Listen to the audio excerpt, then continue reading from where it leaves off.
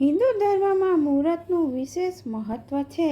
ગ્રહ નક્ષત્રોની ગણનાના આધાર પર માનવામાં આવે છે કે કોઈ પણ કાર્ય કરવા માટે ઉચિત સમય છે કે નથી. જ્યોતિષશાસ્ત્ર અનુસાર કેટલાય નક્ષત્ર એવા હોય છે જેમાં કોઈ પણ કાર્ય કરવું શુભ માનવામાં આવે છે, પરંતુ કેટલાક નક્ષત્ર એવા હોય છે કે જેમાં વિશેષ કરીને કોઈ પણ સારું કાર્ય કરવાનું મનાઈ કરવામાં આવે છે. જ્યોતિષશાસ્ત્ર અનુસાર 5 નક્ષત્રોના સંયોગને પંચક કહેવામાં આવે છે અને આ 5 નક્ષત્રોમાં ધનિષ્ઠા, શતભિષા, પૂર્વ ભાદ્રપદ, ઉત્તરા ભાદ્રપદ અને રેવતી છે. પંચકનો સ્વામી ગ્રહ કુંભ અને રાશિ મીન હોય છે અને દરેક મહિનામાં આવવાવાળા પંચકમાં આ 5 નક્ષત્રોની પણ ગણના કરવામાં આવે છે. આવો આજની પોસ્ટમાં આપણે પંચકના વિશે જાણકારી મેળવીશું. જય શ્રી કૃષ્ણ મિત્રો, સ્વાગત છે તમારું મારી ચેનલ સ્નેહ સાગરમાં. જો આ માહિતી પસંદ આવે તો લાઈક, શેર અને સબસ્ક્રાઈબ કરશો. જ્યોતિષશાસ્ત્ર અનુસાર દરેક 27 દિવસો બાદ પંચક લાગે છે. પંચક દરમિયાન ચંદ્રમા ધનિષ્ઠા, શતભિષા, પૂર્વ ભાદ્રપદ, ઉત્તરા ભાદ્રપદ અને રેવતી નક્ષત્રમાં થાય છે. પંચક 5 દિવસનું હોય છે. પંચકને અશુભ અને હાનિકારક નક્ષત્રોનો યોગ માનવામાં આવે છે. પંચક દરમિયાન શુભ કાર્ય કરવામાં નથી આવતું. પંચક દરમિયાન કયા કામોથી બચવું જોઈએ, આવો જાણીએ. લાકડા ભેગા કરવા અથવા ખરીદવા, મકાન ઉપર છત નખાવી, શબને સળગાવવું, પલંગ અથવા ચારપાઈ બનાવવી, દક્ષિણ દિશાની તરફ યાત્રા કરવી. પંચકના પ્રકાર અને તેના વિશેની જાણકારી જાણીશું. રવિવારે આવવાવાળા પંચકને રોગ પંચક કહેવામાં આવે છે. સોમવારે આવવાવાળા પંચકને રાજ પંચક કહેવામાં આવે છે.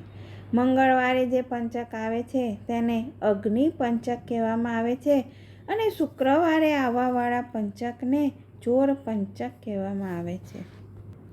શનિવારે આવવાવાળા પંચકને મૃત્યુ પંચક કહેવામાં આવે છે. પંચકમાં દેવપૂજન અથવા પ્રતિષ્ઠા, ગૃહ પ્રવેશ, પ્રતિષ્ઠાનનો શુભારંભ, યજ્ઞોપવિત, વાહનની ખરીદી, ધાર્મિક યાત્રા જેવા શુભ કાર્ય કરવાની મનાઈ કરવામાં આવી છે.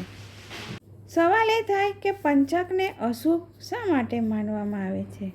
તો તેના નામ પરથી જ ખબર પડે છે કે પંચક અશુભ દિવસથી શરૂ થવાવાળા પંચકને મૃત્યુ બરાબર પરેશાની આપવાવાળા હોય છે.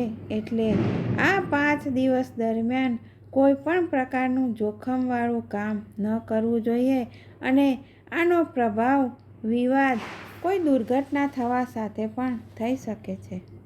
જે પંચક રવિવારે શરૂ થાય છે તેને રોગ પંચક કહેવામાં આવે છે. આનો પ્રભાવ એ છે કે 5 દિવસ સુધી વ્યક્તિનું શારીરિક અને માનસિક પરેશાનીઓથી તે ઘેરાયેલો રહે છે અને આ દરમિયાન કોઈ શુભ કાર્ય નથી કરવામાં આવતું. જે પંચક સોમવારથી શરૂ થાય છે તેને રાજ પંચક કહેવામાં આવે છે. તેને શુભ માનવામાં આવે છે. આનો પ્રભાવ એ છે કે આ 5 દિવસ દરમિયાન વ્યક્તિને સરકારી કામોમાં સફળતા મળી શકે છે અને સંપત્તિ સાથે જોડાયેલા કાર્યો કરવાનો આ શુભ સમય હોય છે. આ જ નિયમ બુધવારથી શરૂ થતા પંચક માટે પણ લાગુ પડે છે. જે પંચક મંગળવારથી શરૂ થાય છે તેને અગ્નિ પંચક કહેવામાં આવે છે અને આ સમય દરમિયાન કોર્ટ કચેરીનો વિવાદ અથવા કોઈ મોટા નિર્ણયો લેવાનો હોય તો તે કરી શકાય છે, પરંતુ આ પંચક અશુભ હોય છે. આ દરમિયાન કોઈ પણ પ્રકારનું નિર્માણ કાર્ય અથવા નવા મશીન, નવું કાર્ય કરવું અશુભ માનવામાં આવે છે અને આ જ નિયમ ગુરુવારના પંચક માટે પણ લાગુ પડે છે.